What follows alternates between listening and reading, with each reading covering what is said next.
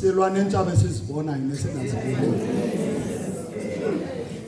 Elizwe eli enihleli kulo is designed in such a manner to confuse us.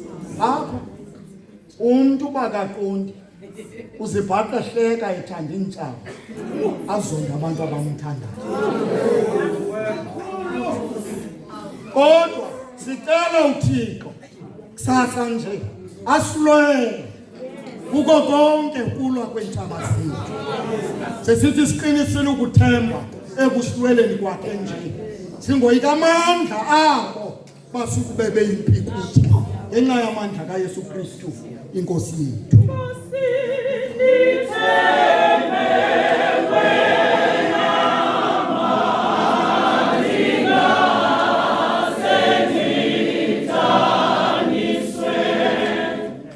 Kodwa